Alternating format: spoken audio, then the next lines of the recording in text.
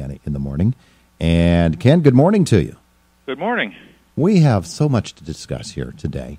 It is state budget time, of course. We're trying to figure out how the state system of higher education will be funded by the state. The governor has asked for $9 million in an increase in this year's budget, and so that's one thing. But I wanted to get, first of all, to the frequently asked questions section that has been added to the state system of higher education, specifically having to do with, I don't know, would you call it a reimagination of what the state system of higher education is all about? Sort of an overall review of the entire system.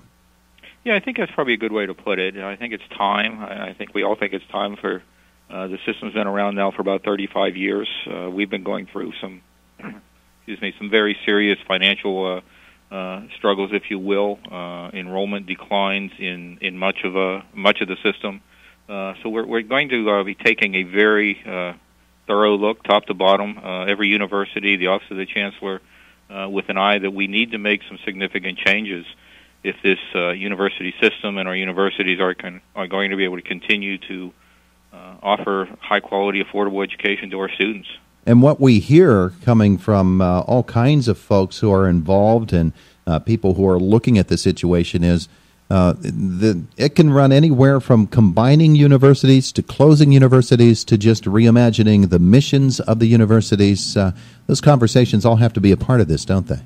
Yes, they do. Essentially what we're saying is everything has to be on the table. Now, when the Chancellor spoke at his State of the System address about 3 weeks ago, when he talked about mergers and closures, what he was talking about and what he mentioned specifically is other states have done similar types of studies. Other states are looking at reorganizing their systems because of similar. We're not the only ones going through this. If you look back to the beginning of the recession back in 2008, since then, states across the country have reduced funding to higher education by about a combined $3 billion. Latest figures from across the country show that enrollments have declined. College enrollments have declined for 5 straight years. So a lot of states are going through the same thing we are. Other states that have looked and done this type of study, there have been mergers, there have been closings. That's not what we're contemplating right now. That's certainly not our goal. Our goal is to ensure that all of our universities can continue to operate, can continue to serve students well. Would I be correct to assume then that when we talk about closures or things of that nature, that it would be more apt to be something along the lines of closing a college within a university than actually closing a university? I think that's probably certainly fair. But again, it's closings are the ultimate last resort. Certainly, that's not something we have any desire to do, and it's not being contemplating at this point.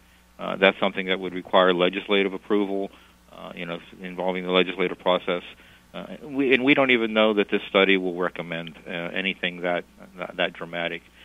We really have no idea going in, and that's what we want. We don't want to have any preconceived notions, but we do want to take a good, hard look. What can we do, again, to ensure the long-term stability of our system and our universities, and all for the benefit of our students? Kenn Marshall is with us this morning, spokesman for the state system of higher education.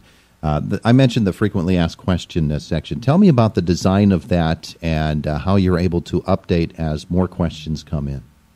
Well, we put it on our website so that it's so that we can quickly update it. We're probably going to be providing updates throughout this process. We're in the final stages right now of bringing in a consultant with higher education expertise to help us with this study. And as we go forward, we want to engage everybody in this process. We're Pennsylvania's public university, so every Pennsylvanian has a stake in this. Our universities serve primarily Pennsylvania residents. About 90% of our students are Pennsylvania residents. Most of them will stay here. They'll live, they'll work, they'll raise their families, they'll become community and civic leaders. So everybody has a stake in this. We want everybody involved. We want everybody asking questions, and we want everybody, providing input. One of the interesting quandaries for me as I look at the state system is probably something that you folks in Harrisburg look at as well, and that is enrollment has to be driven by the attractiveness of the university, the programs that it offers, the modernity of the buildings and the campus itself, the ability to deliver an education with the highest degree of technology that is out there. It really is, it's so budget driven, and yet they are things that need to be done in order to make these universities sustainable, do they not?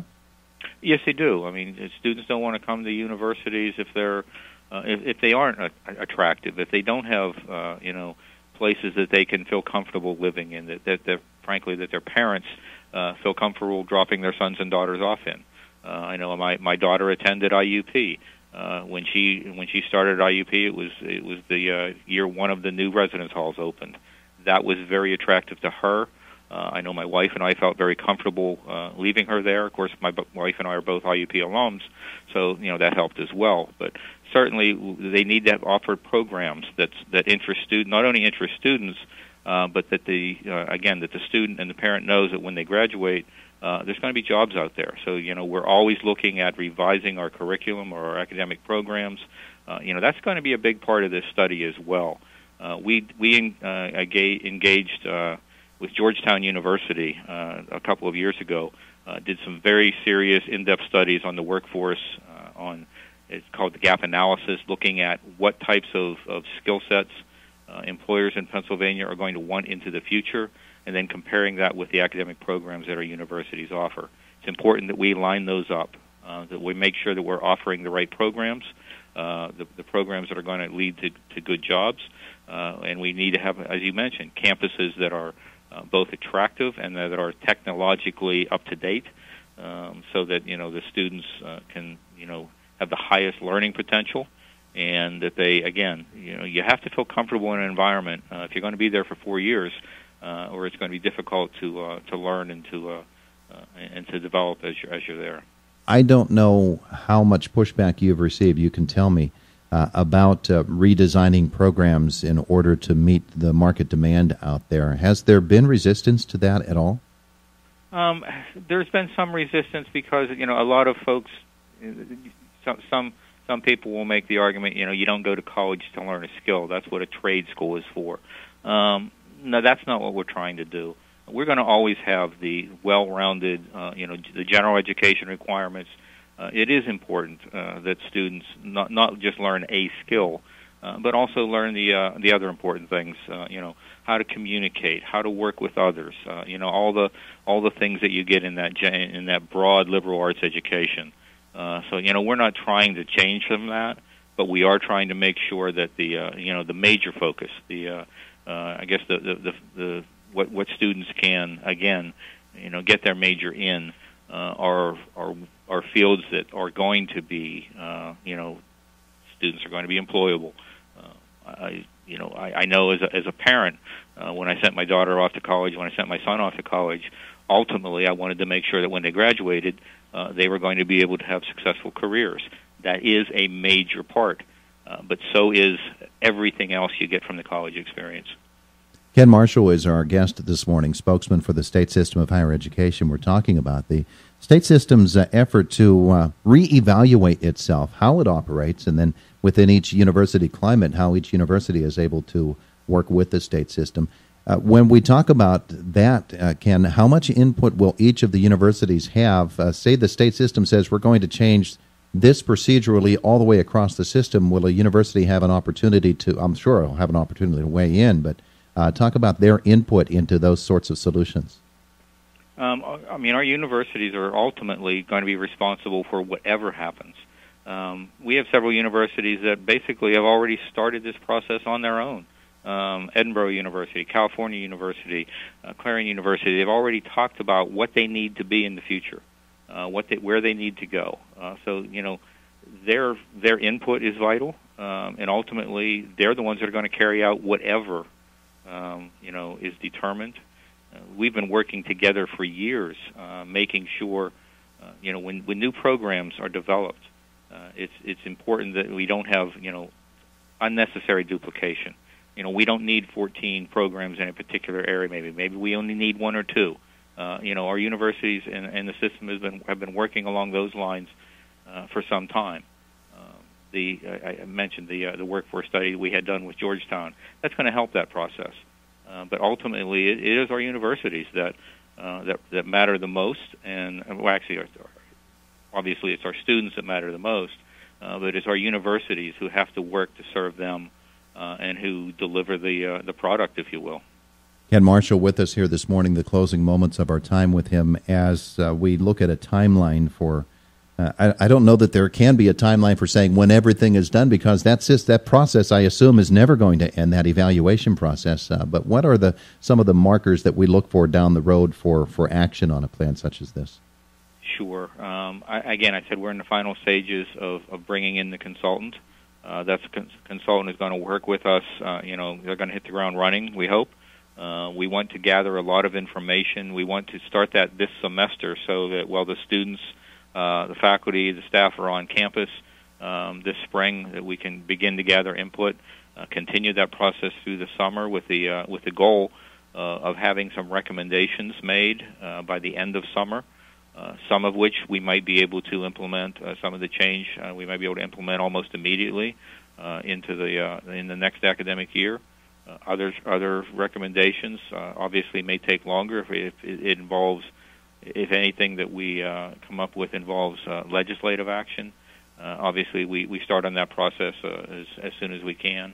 But it is going to be an ongoing process. But again, we hope to have the study portion done by the end of summer so that we can begin to work on the recommendations and implementation of any of the changes that, again, some changes maybe right away, others more long-term. So many pieces to this puzzle, of course, and we watch those budget appearances before the Appropriations Committee. I'm sure that the state system as a whole and Chancellor Brogan and the Board of Governors, they're really looking at that pension situation and hoping that the state can come up with a solution to the pension crisis. But if you would spend some time talking about how Chancellor Brogan looks back on his time at the appearance of the before the Appropriations Committees and the reception that he got and expects to hear from the folks involved in the budget process. Sure. I think generally he was pleased with the way both hearings went. I mean, we always receive a lot of support. I think there is a lot of support for the state system and for our universities in the legislature. But the reality is the Commonwealth is facing almost probably as serious a budget issues as we are. There's a potential for anywhere from a $1 to $3 billion budget deficit this year. Revenues are not expected to be, increased significantly next year. So it's going to be it's an uphill battle. It always is. And again, it's not for lack of support, and it's certainly not for lack of effort on behalf of the chancellor, the Board of Governors, our faculty, our students. We have spend a day or two at the Capitol every year. We refer to it as advocacy days, where we have teams of students, faculty, staff, alumni descend on the Capitol, if you will, and spend at least an entire day there, meeting with legislators, meeting with their staff. And those are always, received very positively. Like I said, there is a lot of support for the system. There's a lot of support for the individual universities and an understanding of the valuable service that we provide. But again, there are a lot of other, good causes out there as well. A lot of other the programs that need financial support from the state. So, we understand the difficulty, but we also believe very strongly that the money that the state contributes to the state system every year really is an investment. It's not an expense, and it's an investment that pays itself back many times over. Our most recent economic impact study showed that for every dollar we receive from the state, that generates about $11 in economic activity. We're responsible not just for about the 13,000 jobs of the people who work in our universities, but about 70,000 other jobs across the state. All of the pizza shops, the stores in our campus communities, the contractors who work on the facilities. We are large economic engines in addition to being basically the universities that provide opportunity for Pennsylvanians. He's Kenn Marshall, State System of Higher Education. Folks want to follow this process, visit that website. What must they do?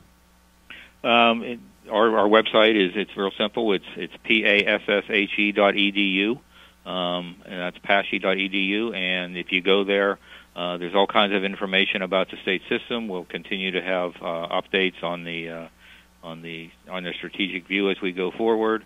And again, there's just a lot of information there. There's links to each of the universities.